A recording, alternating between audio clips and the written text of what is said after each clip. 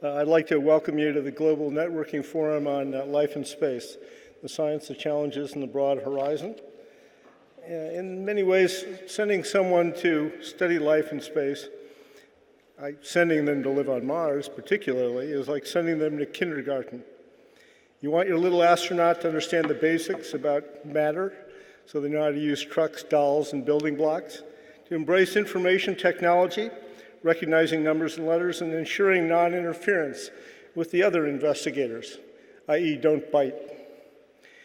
They need to have basic life support worked out, however the toilet works, and this can be logistically challenging, especially when there are multiple kids in the class. Each one wants to have a snack, a lunch, and a nap, and that has to be worked out in advance. And you can be a long way from home when this happens. And of course, there's the all-important recess period where so much is learned by going outside. I've been living in Quebec, Canada recently, and you can bet that during the winter there, a lot of attention is paid to the capabilities of outdoor equipment. It's not uncommon to have kids wearing boots rated to minus 50 degrees Celsius and a neck warmer and mittens all stuffed into a snowsuit, which may provide excellent environmental protection while making it nearly impossible for the kindergartner to move. Sounds similar to Mars, doesn't it? And after recess, one always has to worry about doing the laundry.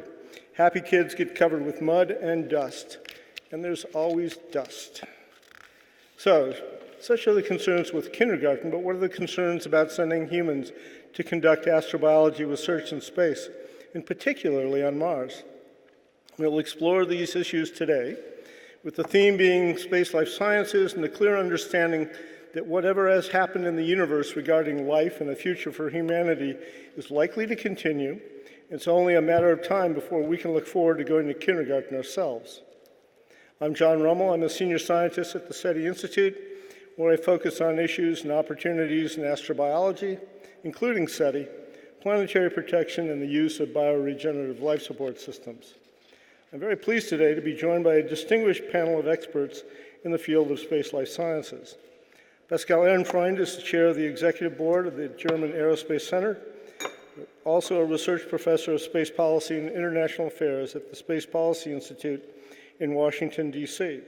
Pascal was a lead investigator of the NASA Astrobiology Institute with a focus on solar system exploration.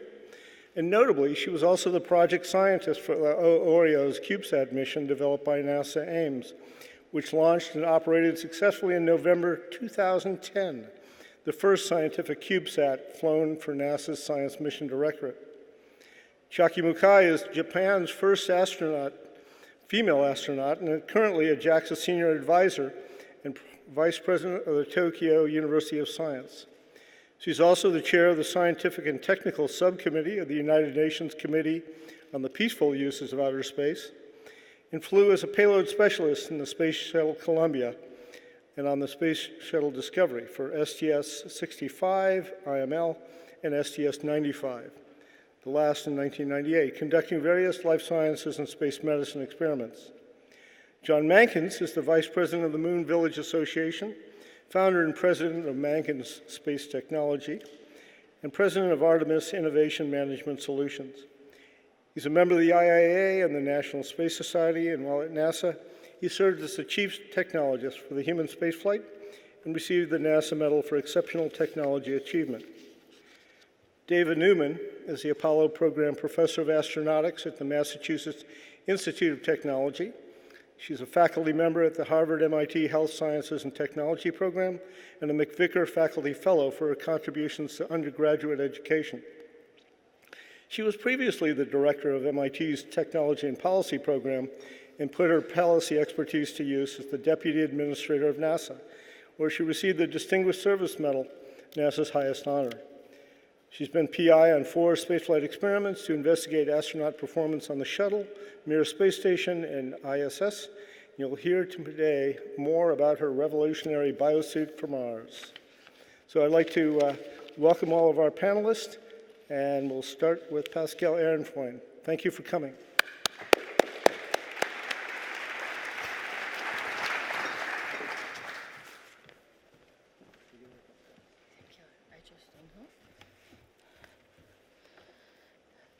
Do I change the slides or? Okay, wonderful. Thank you very much, and welcome also to this afternoon session. I was supposed to start off by explaining a little bit about the origin of life on Earth, but also extraterrestrial life, and so a little bit to set the stage. So I tried to do that and include the most recent results of space missions. So when we look, of course, when we try to explore life, we look at our own planet, that's clear, but of course, most successfully we can be in our own solar system. And of course, we are looking at Mars as our prime target, but there are many, many unexplored worlds in the outer solar system, moons, where we could eventually have primitive life forms. And we'll come back to that. Then we have another really, really dynamic field. We have the field of exoplanets, which really in the last 15 years or 20 years really booms, and particularly with some of the fantastic space missions, particularly with Kepler, the number of exoplanets, that at least that was on the weekend, so there might be a bit more by now. We have more than 3,800 exoplanets which are confirmed, and many of them have actually multiple planet systems. So as you can see here also on the screen, we are just in this wonderful zone of which we call the habitable zone. We have liquid water on the surface of the Earth. We have moderate temperatures. We have a magnetic field which protects us from galactic cosmic radiation. We are in the right distance of the sun, our host star. So many things come together on the Earth, and it's a really great planet, and probably because of all those things, life could really develop. And what we know is that our planet Earth is 4.5 billion years old. And we know that life has been there approximately 1 billion years after. So, of course, experts are still quarreling about the exact date, but we do expect that the first evidence for life was approximately 3.5 to 3.7 billion years ago. And obviously, these were very primitive organisms, microbes, and they had to live without oxygen. So that's why it's written here anaerobic, and there was not much around, and there were also not many minerals around at that very early stage, maybe a few hundred of minerals. So nobody really knows how they actually were feeding, but minerals, some of the minerals which were there at that very early stage will have been the nutrition. So Earth was formed in a very hot accretion, and everything was combusted. So in order to build up carbon molecules, and we are made out of carbon, you had actually really to build up new molecules in specific environments on the Earth. We call this the abiotic synthetic reactions on the early Earth. They could have been in shallow basins, they could have been deep in the ocean, in volcanic regions.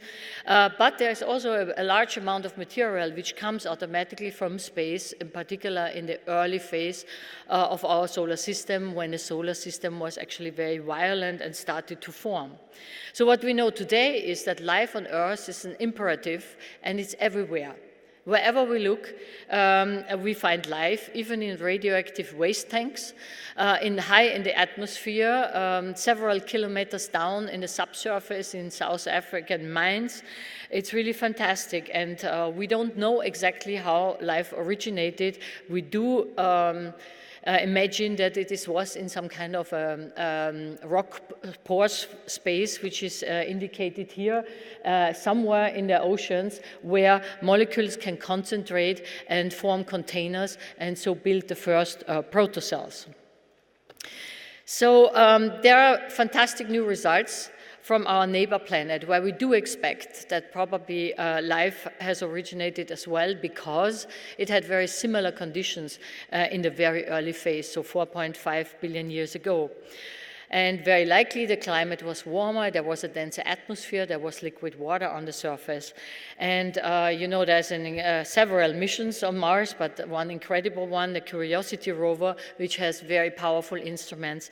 And this summer was quite a revelation because the sample analysis instrument SAM, which is actually a suite of instruments, has taken drill samples from the Gale crater and have found really evidence for organic molecules. This is not yet life, but this is very important to understand that in this environment, aliphatic and aromatic hydrocarbons actually can survive. Also, strong seasonal variation of methane have been found, and scientists are really discussing if these are geological or biological processes, very likely geological processes, but it is an interesting phenomena. And recently also ESA, with its Mars Express mission, has found a large saltwater lake with radar instrument looking in the Mars South Pole, approximately in 1 kilometer depth. And so there are many new data which indicate that Mars has been habitable. There might have been life in the early phases. We might still have regions on Mars where there is extant life, as we call it, so life still possible, but then it will be very likely in the subsurface. So you certainly all know the Mars exploration program, and I'm always saying 2020 it will be really crowded. And you see how many missions are still operational, and we have many orbiters, and the recent orbiters are MAVEN, which is looking at the very top atmosphere of Mars, and the ESA Trace Gas Orbiter, which just has taken up its scientific exploration. InSight is on the way to Mars, will land on the 26th of November this year. And as I said, 2020, it's going to be really busy. China, the United Emirates, Europe, and NASA are going to either in the atmosphere or in the surface of Mars. So, and of course, we are thinking about what will be the future be. And whereas the TGO, the Trace Gas Orbiter, just took these stunning first pictures here from the dust storm, it has also shown that the radiation levels with its instrument friend, when you look at the radiation levels, they are much higher than we think, that when we would go with humans to Mars and back, astronauts would actually get 60% of their life dose or career dose of radiation. So this is something I think very important. You see here the Mars rover, which has very fantastic instrument, and we look also for habitability, and has a robotic arm with instruments looking at organic material, and of course ExoMars 2020, which will drill down 2 meters in the subsurface, and has many interesting instruments, but one, a laser desorption and gas chromatograph spectrometer, which is really looking for also larger organic molecules for the first time. So also the water worlds in the outer solar system are really important, and I cannot go into detail, but there are so many objects which have been discovered, which have either a deep ocean or geysers and cryovolcanism, and there are many objects which should be further explored. And also when we look at the small bodies, they give us an indication about the early times of our solar system. They are like remnants of our solar system. And we had this fantastic mission of Rosetta, which showed us for the first time a sample from the surface of a comet. And we have found a lot of organic molecules, in particular organic molecules which have contained a lot of nitrogen. So this fits very well with prebiotic material. And that's why we look at comets and asteroid compositions in particular, because they have been transported starting material to the early Earth, and probably this is the seed material from which the raw material for life. And I have to show that because, you know, that happened just 24 hours ago from the JAXA Hayabusa 2 mission. The German Aerospace Center actually descended a lander at 3:58 last night, and it actually had measured 3 or 4 times on the surface. You will see the first pictures also in the press, also here on the website. And if you come to our stand, this is really a fantastic world. The asteroid Ryugu, which also where JAXA will take a sample and bring it back 2020 to Earth. So this is just the first, I had to show that because it's just a few hours old. So this is the first picture from really from the descent phase of the mascot lander to asteroid Ryugu. So I want to finish with this slide because my time says 0, with the fact that there are many, many exoplanet missions all over the world, in Europe, in the US, and in international cooperation, which just raise the bar of exoplanets every day. And of course, this is also, we have to think of exploration in our solar system, but we have also to think beyond and how many possibilities there are out there that there is a second Earth. And I think with this, I will stop here. Yeah?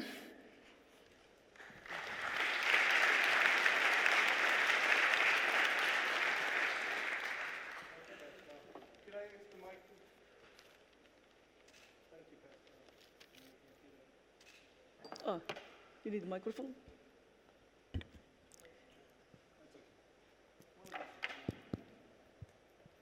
Thank you, Pascal. I think we're going to find out the limitations now of having evolved on a one-gravity body with a wonderful atmosphere. And Shaki Makai will tell us a bit about how it is to be human. So thank you, John. And I'm Chiaki Mukai from Japanese Space Agency. And actually, Pascal, thank you very much for showing Hayabusa's wonderful, beautiful picture. Good. Well, my speech is just a little bit different aspect because if we want to send human beings into whatever outside of the Earth, we need to protect their health. So my background is a medicine and physiologist, so I would like to talk about how important the space medicine or biomedical research is. So the title today given to me is the Space Exploration Beyond the Low Earth Orbit, and biomedical research and space medicine support human space exploration. So the next slide is like this. So what is space medicine? So this slide just summarizes the definition of the space medicine. And originally, the space medicine, by definition, is the medicine to support air and space travelers. But at the same time, space medicine helps quite a lot of people living on the Earth.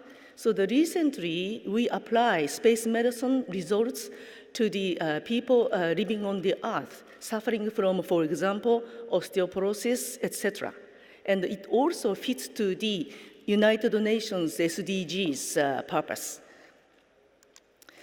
So why space is so dangerous for us to live? Because we are protected by the Earth environment.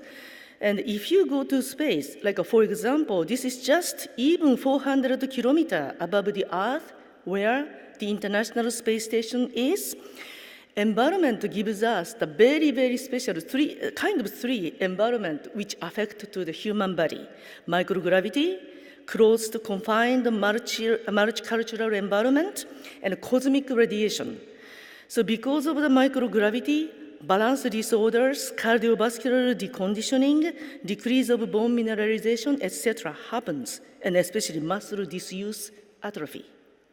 Closed environment, mental stress, depression, reduction in group dynamics happens. Cosmic radiation, this is very important. Cancer risk, reduction of immune response happen. So the space environment affect health. Space medicine is for ensuring the health for people living and working in space. So we are fortunate enough because we have International Space Station in orbit. And then ISS gives us a very unique research environment. And if you just take a look at the color-coded, because astronauts love color code, if you just see the green part, phenomena augmented. And then if you just take a look at the green square, for example, decrease of bone density, astronaut 9% per 6 months. Menopausal women on Earth, only 1 to 2% per year. So the more than 10 times, even for the young astronaut lose bone density. Muscle atrophy, twice compared to the bedridden patient. And also, if you take a look at the blue part, entire clinical course is observed during the very short duration. Because the astronaut, before going to the Earth, going to the space, they're very healthy. And it becomes a disease-like condition happened. We can find out the onset, adaptation phase, and the recovery phase. And also, you can take a look at the yellow part, problem, physical, psychological, more visible and clarified because there is a much less buffer system to cover our body. So, for example, my second flight was with Senator John Glenn, and he flew when he was 77 years old. We wanted to know the aging process is similar to the something happening on the space environment. And interestingly enough, here is just a brief result. No significant difference was observed between elderly and young astronaut. Young astronaut is not my age, but in his 30s. And then in terms of balance disorder, cardiovascular deconditioning or muscle atrophy, protein synthesis, bone mineral loss, no change. Both of them reduces when they fly into space. But this is only 10 days flight, but 10 days is good enough to make a round trip to moon. So which means the result was very encouraging to elderly who might like to venture into space one day, like just visit our 1 week in the moon trip. So here is the JAXA, Japanese Space Agency, Space Biomedical Research Field. So we have the 5 areas, like physiological countermeasures and cosmic radiation, which we do the monitoring, develop the monitoring device and measure the biological effect, and then find out the protection. And the environment of spacecraft also includes the off gases or microorganisms, and medical system, the telemedicine systems is included, and psychological support is very important. This is now doing in the using the International Space Station. And at the same time, if you just take a look at the green part, we have established moon-based frontier medicine. This is the above the ISS accumulated information, and then particular partial gravity maybe needs artificial gravity part, and regoliths, which is the dust, moon dust, is also important. And then, of course, radiation, we need to work even harder. So this is just a result of the ISS. Like a bisphosphonate is the medication which can prevent the bone from absorption. And then interestingly enough, the combination of nutrition, good exercise, and then medication seems like we can prevent the bone from absorption for up to 6 months. So here is the result. If you take a look at the red part, each spots a different astronaut in 4 different the bone places, like a femoral neck or trochanter at the hip, etc. But the red part, this one was with the bisphosphonate medication, they didn't lose the bone mass. So maybe if we need to increase the duration of staying in space, but maybe going to Mars, Moon, bone and muscle will be much better condition. Still, radiation, we don't have the good idea. So going back to the moon-based frontier, especially what I would like to emphasize is the partial gravity. We have accumulated the, something happening in the zero-G, microgravity environment, thanks to the International Space Station. But we need to find out what is the threshold of gravity that our body can sense. And it seems like 0.2 to 0.3 is the range that our body can sense the gravity. If we think about the moon gravity, it's 1/6 G, so which means it's less than our body's threshold, which means we may need artificial gravity for Moon or Mars. But the interesting situation is we don't know how much gravity we need.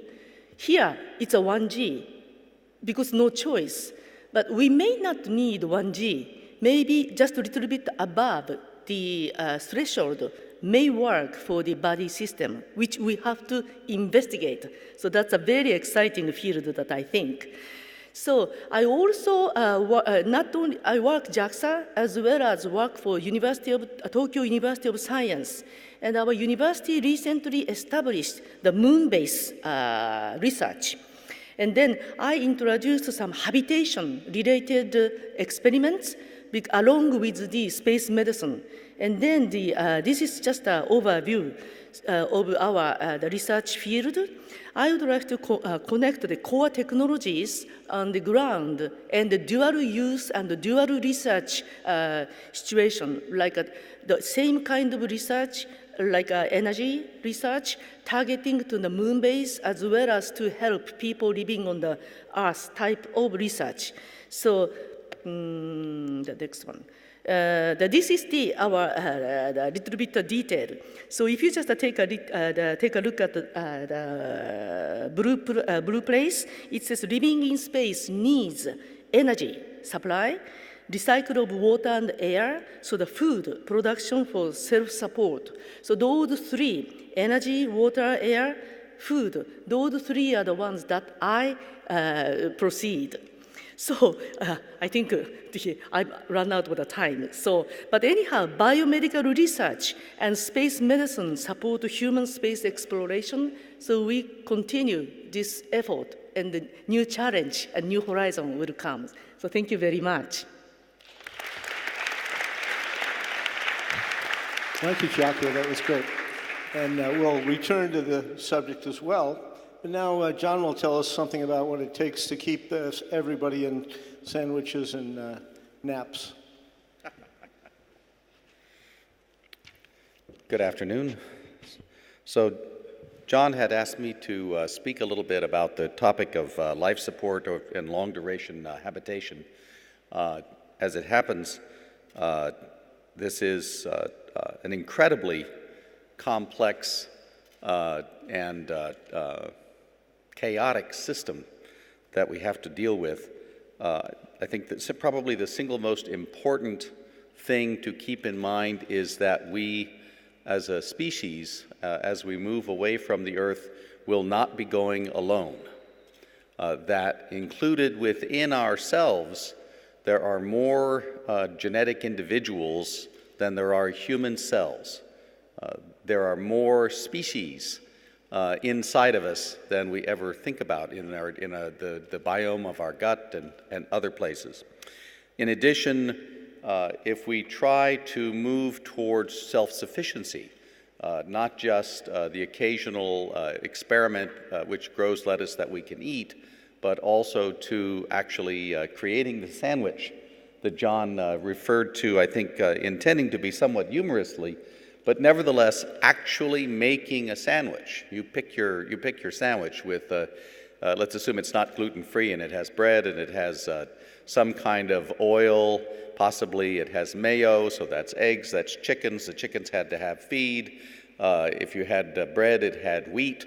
That means you had to have soil, you had to have the sunlight, and on and on and on. That's tens of thousands of species that will have to come with us in order to achieve a sandwich. That's a self-sufficient sandwich, not one that you brought everything except the butter knife from Earth. I think this challenge is one that is not only imposing, but is one that has been undertaken for decades. When I first went to NASA headquarters to manage a thing called Project Pathfinder, which was technology for human and robotic exploration and development of space, I was coming from JPL, I was introduced for the first time to life support systems technology. And I had two programs under my portfolio, one for bioregenerative life support and one for physical-chemical life support, both at trying to achieve higher and higher degrees of closure with the ultimate goal of the sandwich. Unfortunately, that R&D some 30 years ago has experienced basically a sine wave. So sometimes it's popular and it gets funding. Other times it's not popular and it gets weeded away. Sometimes there's research going on and then a project gets started and the research gets sucked into the project and the money disappears. This is no way to make progress. What you see more recently, and going back some years, and a great many excellent sessions here at the IAC each year, is you see very highly focused research, where somebody is trying to do something very, very specific with a particular species. And often what they experience is some other species becomes invasive in the containers that they were trying to do their research in and starts to spread like an algae bloom on the beach. And these things then become part of the study and they become part of the challenge, on and on and on. This is also no way to make systems level progress. I was reminded in thinking about this of the science of thermodynamics, with which many of you may be familiar. And this is a science which was not born of the Greeks or basic fundamental theory or deep thought, but rather by experiment, by building things and seeing how they work, by driving towards solving the problem of pumping water out of coal mines so that the coal miners wouldn't drown and so you could get more coal or steel or iron or whatever it was out of the ground. And then from the development of heat engines, there were discoveries about how they worked that led to fundamental principles like the second law of thermodynamics. So I will offer that I think that this is my view about how we ultimately can make more timely progress towards increasingly closed physical-chemical life support systems and towards more highly self-sufficient living systems beyond our own biosphere. And that is through building and trying to make things work, and then seeing what went wrong and trying again. You may remember the now infamous Biosphere and Biosphere 2 projects of some years ago. They were extraordinarily unscientific, but I like one thing about, and they were underfunded and they were too small and they were a mess. But one thing that I really liked about them personally was that they basically tried to build something, put together a miniature biosphere, and then see how it was going to work. And that kind of systems level R&D, I think in this kind of complex problem, where there are going to be tens of thousands of species involved in truly self-sufficient sandwiches, is a very, very important idea. One of the fundamental flaws in Biosphere 2, and this is something that Dr. Mukai touched on, is energy. Energy and area. I will say it that way. I'll say energy and area. If you think about Indiana, this is a state in North America. It's near Illinois, which is where Chicago is. It's in basically the farm belt. They grow corn, they grow cattle. It's a very productive farmland. And if you think about Indiana, what you see is that on average, you get a statistic of about 4,000 square meters per person. And this is not exactly right. Some places have higher than 4,000, some places have less than 4,000.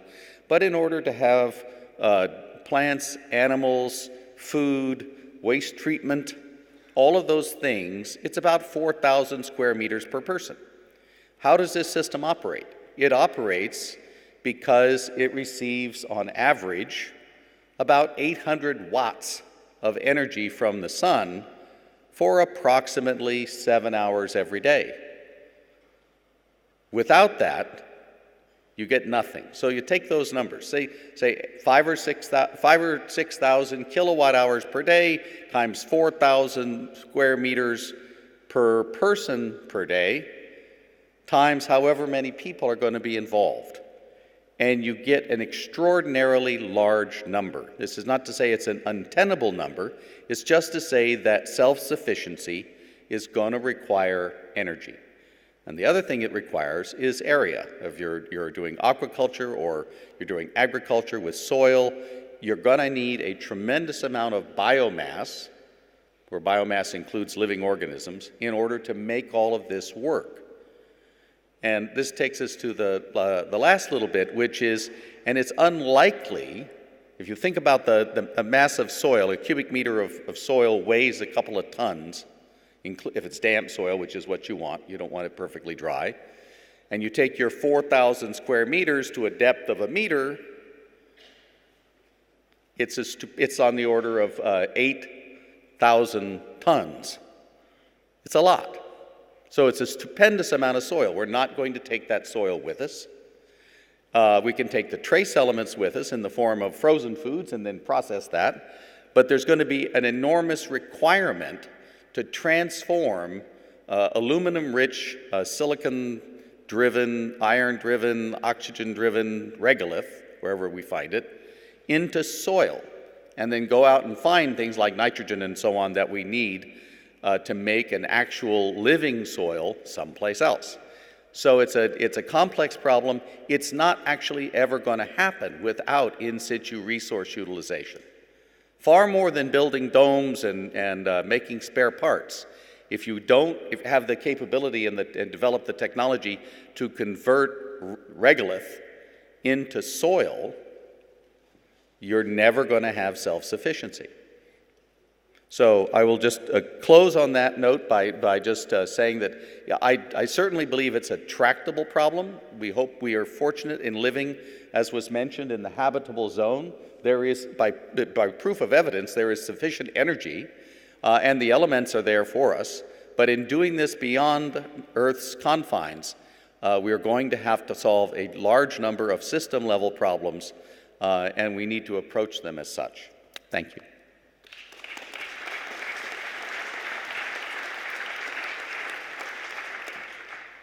And now David will tell us a little bit about why, when we get to a place like Mars, we're not going to have to just sit inside and whine about the weather. Exactly. Hi, everyone. Wonderful to be here. Thanks for the invitation. So that's right. We're not going to Mars to sit around. We're actually going there to search for the evidence of life. I'd like to start with this incredible image, though, from Hubble. What do we explore? I actually think there's just 3 fundamental questions we can all agree on. Are we alone? Are there other habitable planets? All this evidence is mounting. And what about life? I think we'll find it relatively soon, maybe within the next decade. In this great Hubble image, you've just seen 3,000 stars being formed. So you know these roadmaps. I just put these up here to say that, to remind me that it's a 3-phase plan. We've been living and working on the International Space Station for the past 18 years. Is there anyone 18 or younger in the audience? Are there any students here? If you are, it's a new generation, because your entire lifetime we've had astronauts working and living together. We'll get to the moon and then to Mars. But we need to get to the moon to invest in all the things we're talking about in this session. The technologies we really do need to test and buy down. And then when we get to Mars, it's kind of a game changer. It's far away. I put this up, this is the infographic. It's not for you to read, it's just to say this is a human history of Mars, Mars is really far away and it's really hard. So absolutely, to get to the moon, and you see, if you're up front, you see a whole bunch of red X's, kind of try again. And now the world is succeeding. And you saw all the recent Mars missions. So we say, everyone's success is all of our success with what we call, 7 assets on Mars today. So the world is at Mars, but now how and when will we get people there? And when will we find the past evidence of life or life on Mars or these ocean worlds that were already talked about? I was asked to talk a little bit about research and people, so we'll get into the world of spacesuits. Oh, dadgummit. We've been to the moon. Jack Schmidt having a few problems. We sent 1 scientist to the moon.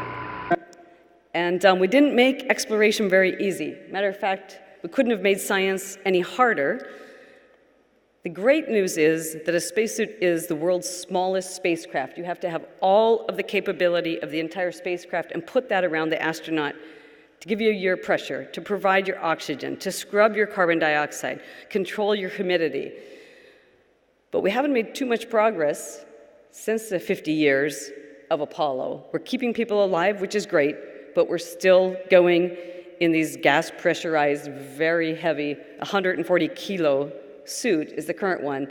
And the second image there is kind of what we call the hot spots. We're injuring a lot of our astronauts actually during training. Because during training, we go underwater. We have to do about 12 hours of training for each hour of on orbit. And even the most advanced NASA, the second image there, kind of an X-ray of it, is still a very large, massive, not very mobile system.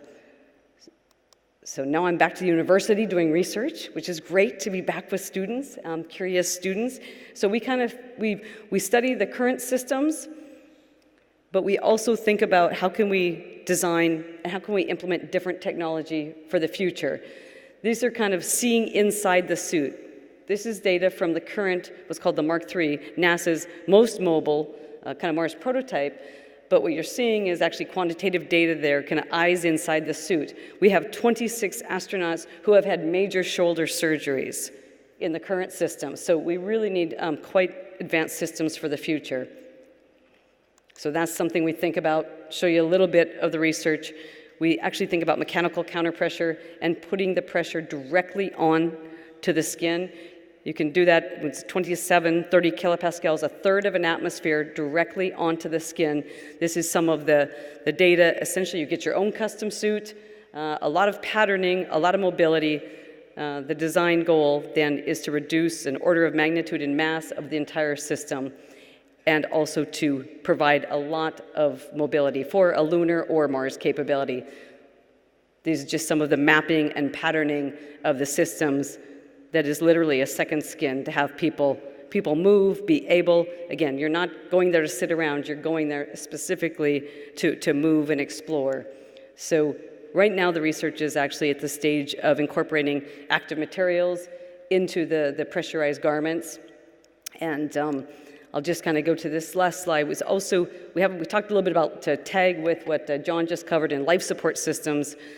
When it comes down to spacesuit design, again, we really have to rethink. These are different concepts of how you saw the Apollo bloopers, I call them.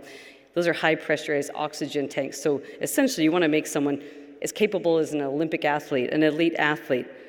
You don't want to really restrict their mobility, and so you have to enable them. So today, on Mars, this is how we're producing, this is what we're doing with science. This is JPL's actually augmented reality. Curiosity gives us high-definition images of Gale Crater. We're in Gale Crater today. This is a colleague at Jet Propulsion Lab with augmented reality goggles on. Nice. I totally missed that when I was just looking at the images. Change science, you beam your avatar up. You need to get your geologist, your biologist. You really don't get a feeling for the shape of it. You can talk, so it really has changed the way that we do science and telecoms on Mars today. There. Agreed. We could really use the higher resolution there. Okay, I think we're ready for the meeting. Let's see what Jane and Samir scientists are agreeing on, what images the mass can take. In real time, you can kind of change your schedule. Now, that's what we have on Mars. We only have that one mass cam, so you have to decide.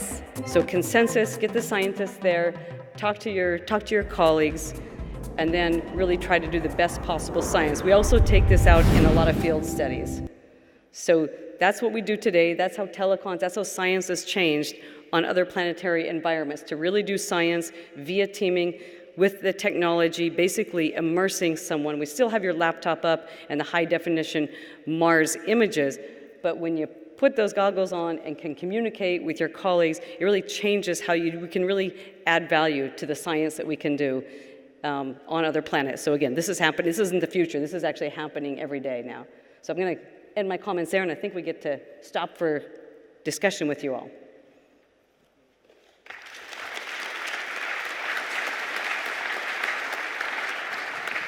All right.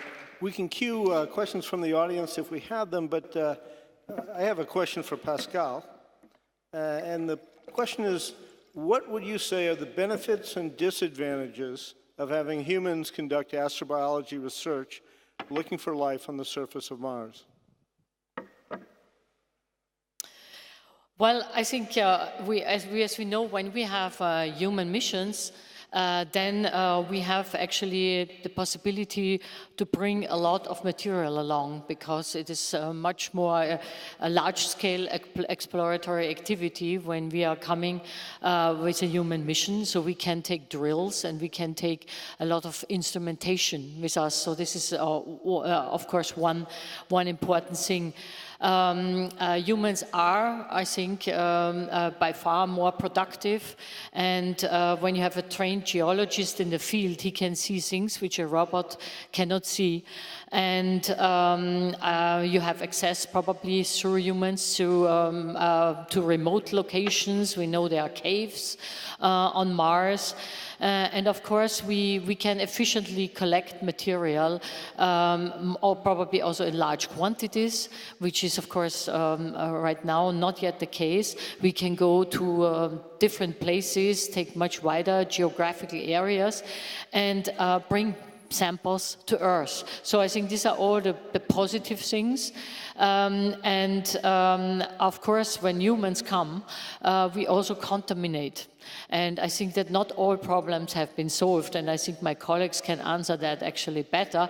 What you all bring with you and how can you be sterilized? Because when you go with humans to Mars, you do not want to detect life on Earth. Yeah? And here I think there are a lot of methods for planetary protection which have to be improved. And it is also our obligation through the COSPA rules that we do not contaminate a bed, and there are a lot of rules which are very well known. So I think there is a positive side and a negative side, and the last sentence which I would say what we want to achieve is, of course, a synergistic approach with robots and humans, and that's probably how we can also solve some of the contamination problems and some of the optimization of such kind of missions.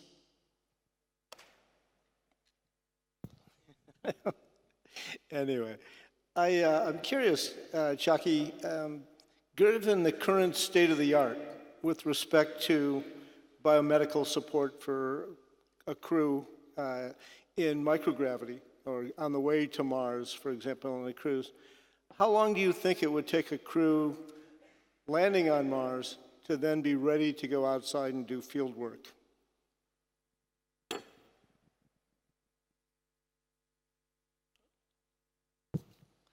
I think the current mission design is 6 months to the one way, 6 months to go to Mars.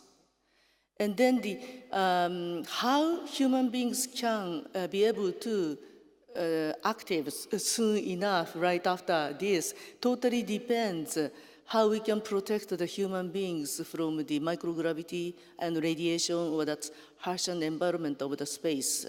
So maybe 6 months to go to moon, and then they need to develop their own habitat. We may need some artificial gravity. I'm very much interested in artificial gravity, and the interesting enough the part is on the Earth there's only 1G. We cannot change it. so that our body system has developed. But we may not need 1G, so which means maybe just above this threshold, like a 0.3 Gs or something like that, for easier for the engineering people to develop artificial gravity. Maybe the combination of the artificial gravity, exercise, and medication, nutrition, many things that we have to interdisciplinary work together. Then I think maybe 6 months, just a 6 months flight after the going to the Mars, the astronaut will be able to work. The other assist is Japan, and especially our university develops some muscle suits. And recently the muscle suits is used for the people to help lifting the heavy things. But maybe some kind of muscle suits needs to be used for the human, the astronaut, whose the muscle strength becomes much less, just in case, because Mars, nobody can help.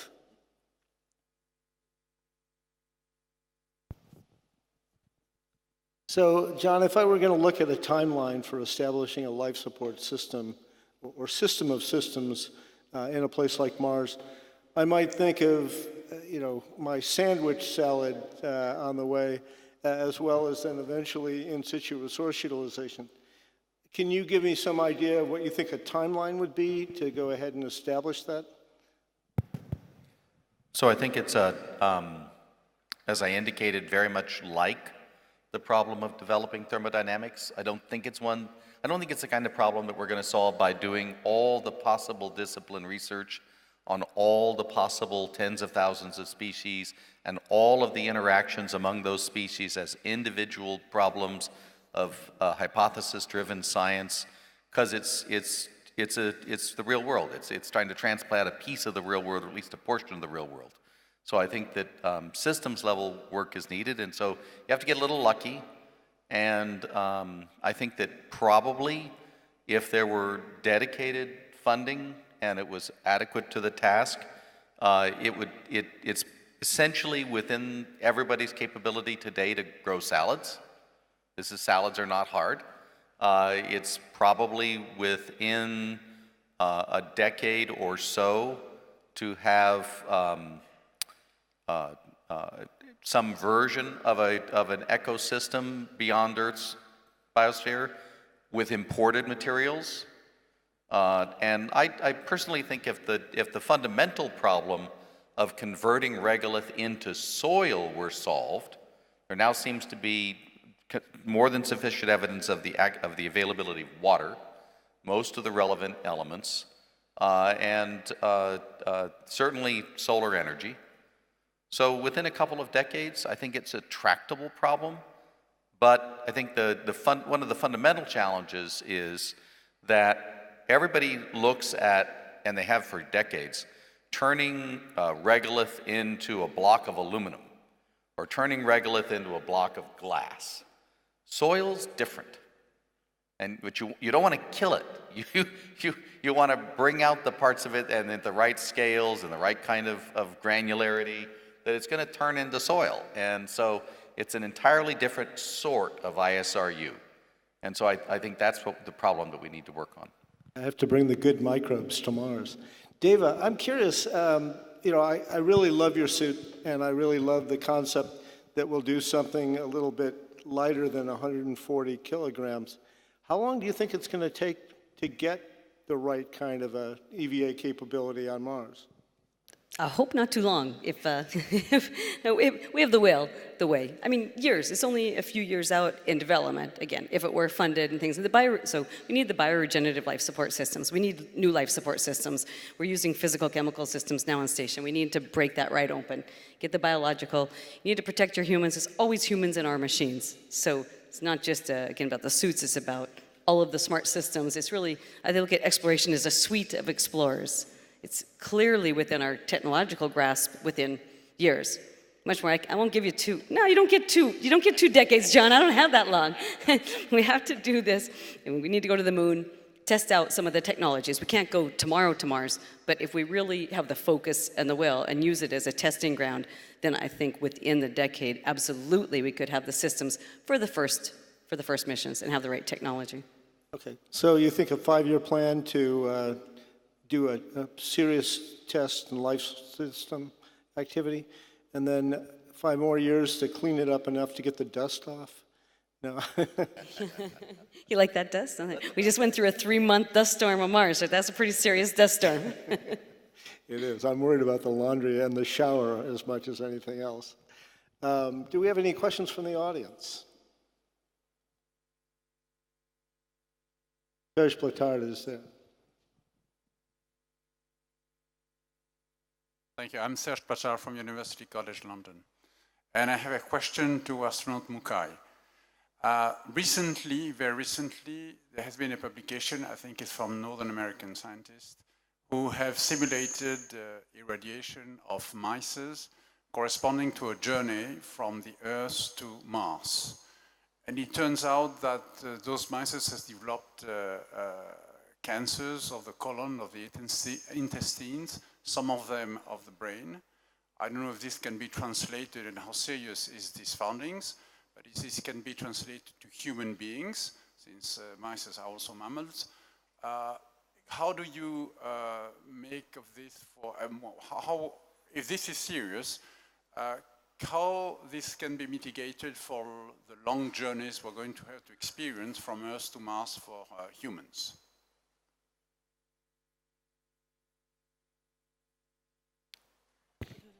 I think the question is, there's some mice going to the Mars developed some cancer.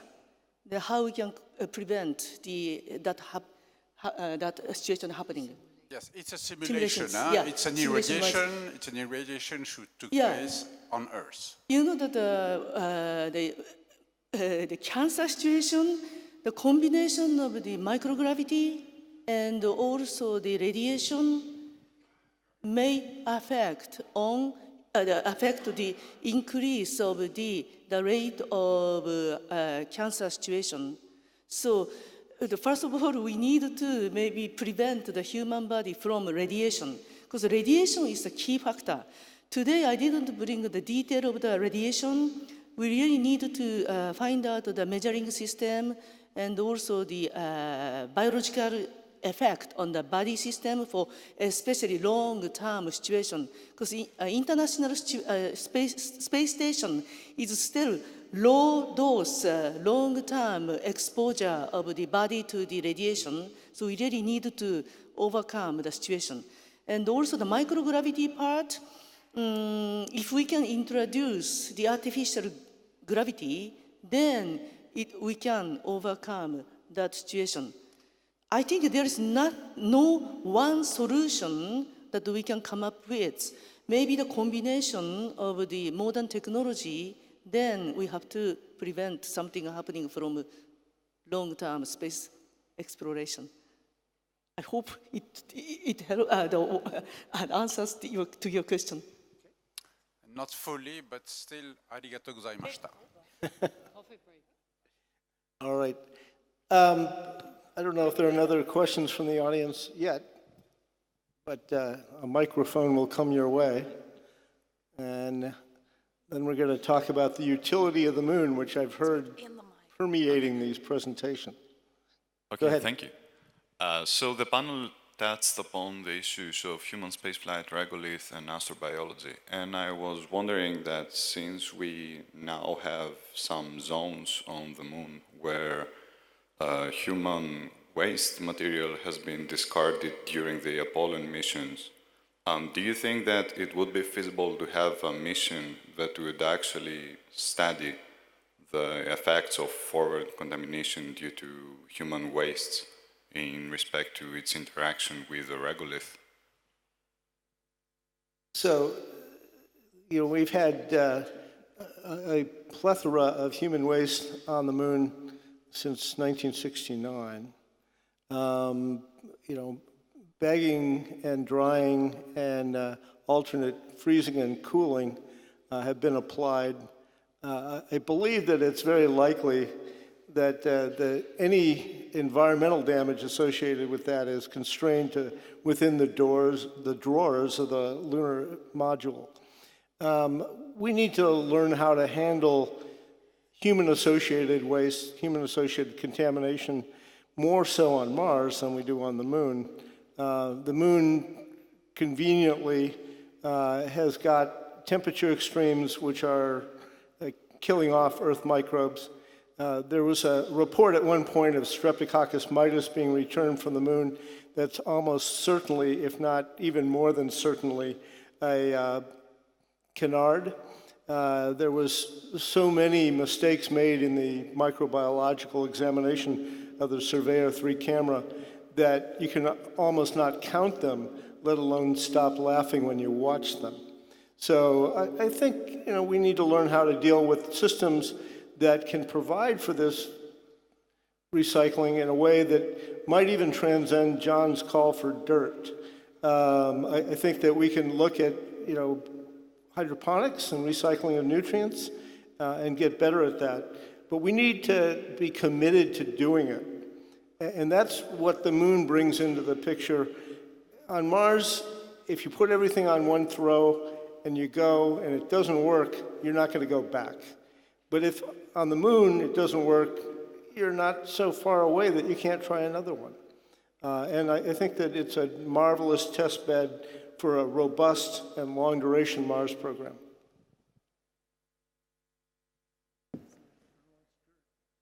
I just want to second what John said for just a brief second and say, from an economic standpoint, if you do have a sustained series of missions and activities and possibly a moon village, to put in a shameless plug, you ultimately cannot find a more valuable feedstock than the waste and trash from previous activities, because it's a tremendously rich source of all the elements that you're not going to get out of the regolith, and you wouldn't want to lose a single microgram of it. So I think there will be even though we don't have the technology today, and it wasn't relevant decades ago, going forward, we absolutely have to solve the problem, and all the economic incentives will be there to solve those problems. So, is there another question out there in the audience? If so, please cue them up.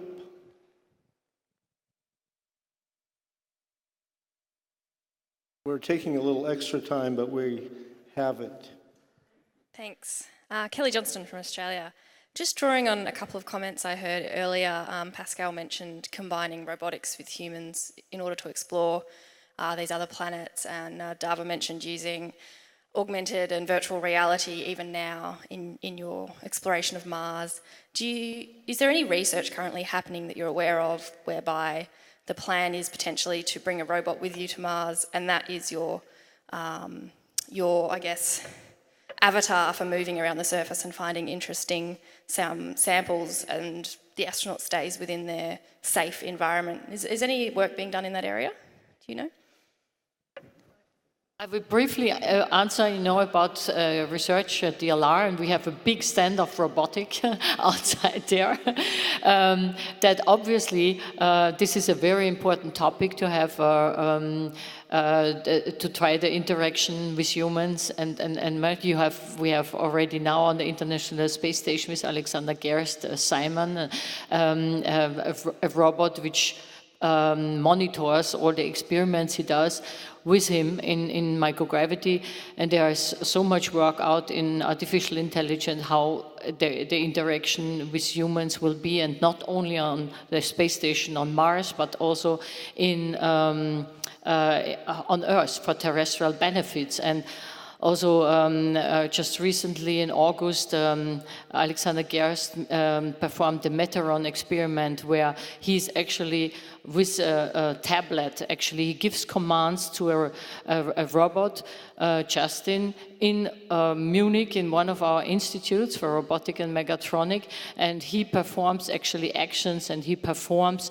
for instance, emergency situations, try to avoid them, and he just actually really taps, you know, on the tablet, and the robot is making all the right movements and actions, he tasks he's told, and you can read this all on the web. So this is the Meteoron experiment. So there is a lot of things done, but I think DAVA has still some much more interesting experiments. So it is happening now. It's always humans and our machines. I always say it's just where the humans located. So we might be on Earth, you know, and operating something in low Earth orbit. We'll get beyond that. In deep space, it's just a few second delay. So we can still do teleoperation with the humans. You know, you want the humans to be very immersed. We're trying, research-wise, we're trying to make our space robotics, our space robots, much more capable, much more capable, because they are slow. They're multi-degree of freedom, but so we really want to, you know, enhance the robotic capability. But if we talk about Mars, we have to be really clear. You're completely autonomous.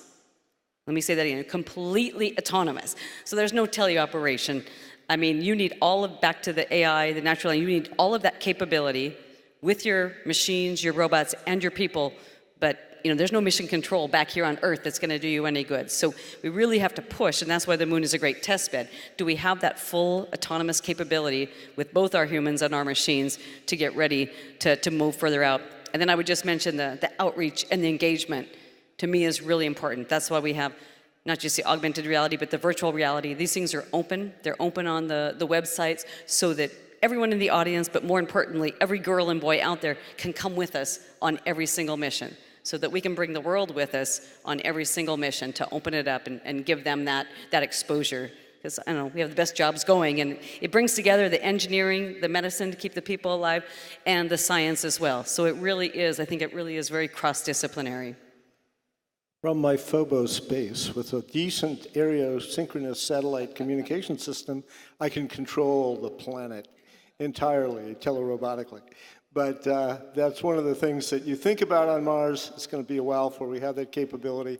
And if the panel wants to say anything more about how they use the moon to advance their activities, I'll pass the stick. Then we are done. Well, I think the moon is, I think, a perfect spot, you know, in order to build an outpost and see how we can actually work internationally together. There is, you know, I give the mic then further, because Moon Village, Moon Valley, there are so many ideas. And I think it is a good possibility in the future in order to try to see how we can build a small habitat and spend time there and go step from step further into complexity of missions in the future, which also bring then interesting aspects for Mars. Well, Moon is close enough to become the test bed for exploring for future Mars mission, etc. So I'm very much looking forward to utilize Moon, like we are now utilizing the low Earth orbit using the International Space Station. Using the Moon, we will be able to find out a lot of the results, which can both help for sending the human beings farther, as well as to help the people living on the moon, on the Earth. So just to comment on a related but not directly related to the sandwich topic, I think one of the things that the moon offers is an opportunity to figure out how to do artificial gravity in a partial gravity field. We've seen the cartoons going back to the 1940s of what rotating space stations might look like, and then more recent concepts if you're in zero-G. But it's entirely unclear whether or not, on a planetary body, whether or not you'd want an acute treatment like a centrifuge, or whether or not you'd need some other longer term but lower acceleration technique. So I think the moon is the place where we can figure out how to do artificial gravity on partial gravity bodies. So All for the Moon will be there hopefully quickly. I just don't want to get stuck on the moon for 40 years. You know, we've been in low Earth orbit for 40 years. So that's something, I mean, we need to get on with searching for life. We're not going to find a lot of life on the moon. So you need to get back to Mars, do these ocean worlds. But absolutely, the technology development, the teaming, all of these we need to figure out, the life support. So we really need to push to figure out some of these things. But then, you know, let's go beyond as well. So a good decade on the moon, I think, is long enough to help get all these things answers so that we can keep our sights. The horizon goal is still Mars, but we can do it all. Plus the world now, it's global exploration, so it's for everybody. I'd like to thank you all for coming and thank the panel for their presentations and their discourse. I'm going to have to wrap it up now for time, but thank you again for being here, and thank you.